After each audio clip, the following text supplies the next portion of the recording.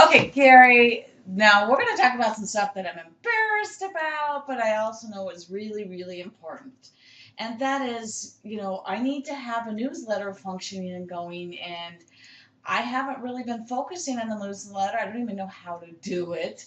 I've noticed now because from what I hear, a lot of authors are on MailChimp. So we're going to explore MailChimp because it's one Okay. of the most affordable newsletter things. I used to do it years and years ago with my business thing. And when I signed up on MailChimp, I looked at it and it's completely different. Imagine that. Something on the web changed. And I went, I don't know how to do this. Now, one of the reasons I really, really need this newsletter is because I need a new mail list.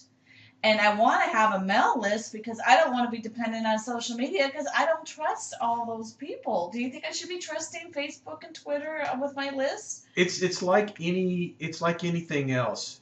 You would never put all your efforts into one single platform because there again you have no control over it. What happens if Facebook tomorrow, as we were talking, somebody asked you the other day, do they even need a website? And I get that question a lot. Can I just do Facebook? My question is always, why would you put all your efforts into a platform you don't own or control? The social media sites are that way. They're great for brand awareness. They're great for building business, even increasing sales. But it's just one single tool where a newsletter mailing list is something that you own and you can always utilize that, and it's still a valuable source for generating revenue. Oh, not to mention these social media sites sometimes change the rules like weekly, monthly, Yep. and sometimes when you were being seen and having things systems work, they'll all of a sudden change it, and they can totally mess with your income and your ability to be successful as for selling your books. Well, not to mention the fact that, as we alluded to in some of our videos on Facebook, and we will get into a little more with Facebook ads. With so much of that now is not free anymore. You're going to have to pay more, pay to get more visibility.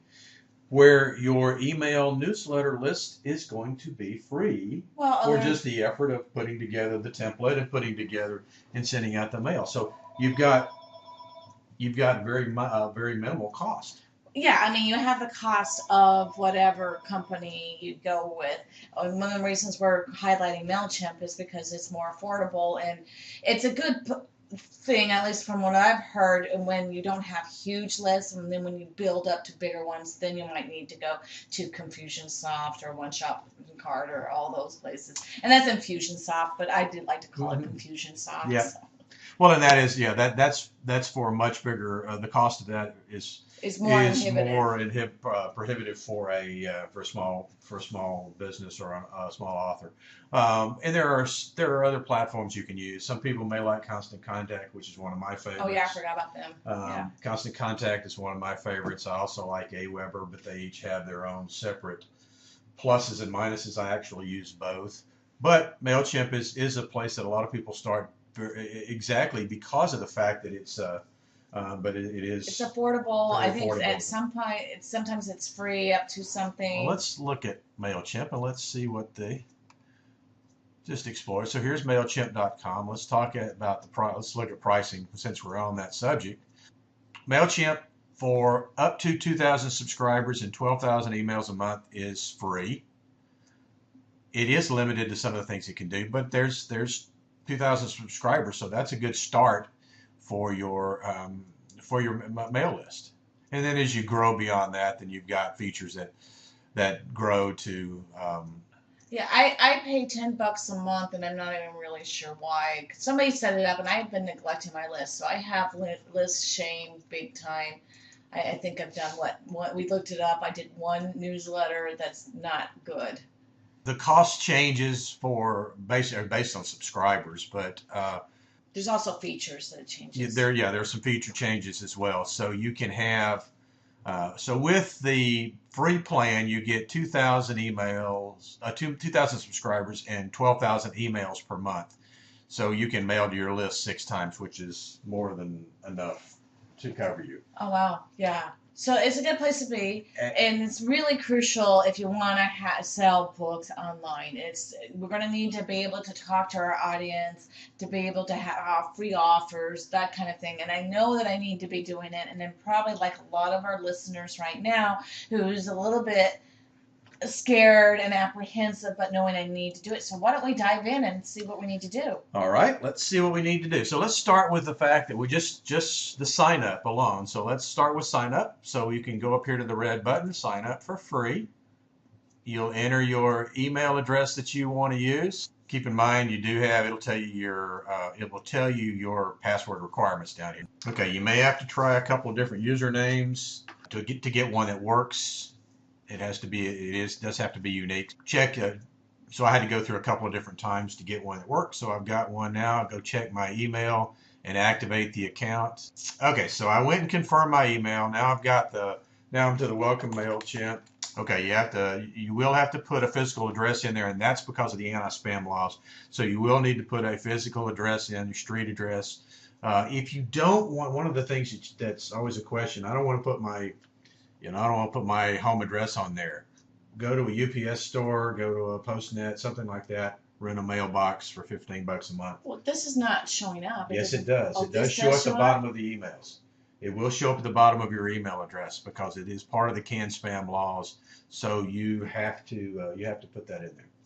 Oh. Not a bad idea to have you could get a PO box and do that as well, but there are other reasons that PO boxes won't work for other things like Google Plus and reviews and things of that nature. So I just always recommend getting a PO box. So I'm going to put in but there it is. Does it matter if it's an old address? Theoretically, it does.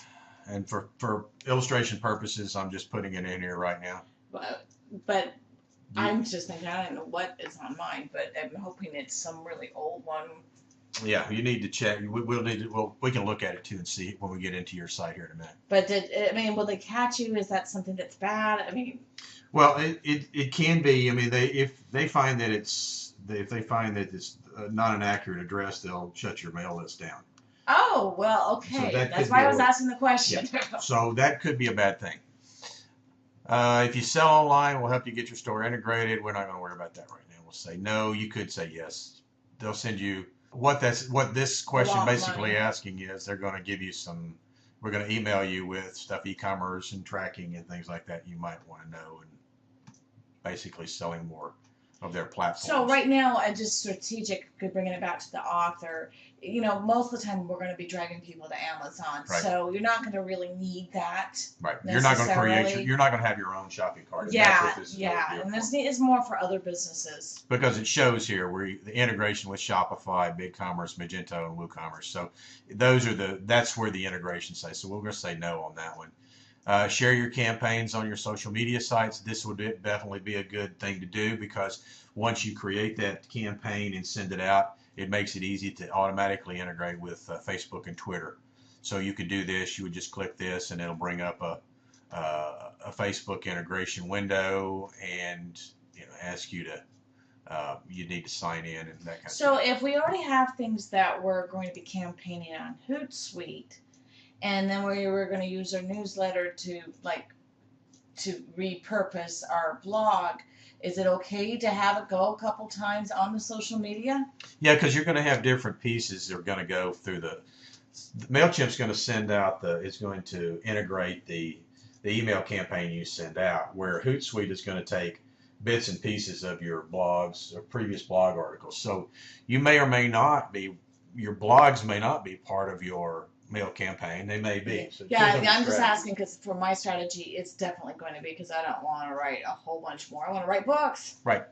Go in and connect your Twitter and Facebook. I'm not going to do that right now. You would just go in. It'll give you an integration window to do that. But you want to subscribe to Getting Started. You want to subscribe to What's New. And now we're at the dashboard. So now you're ready to get started.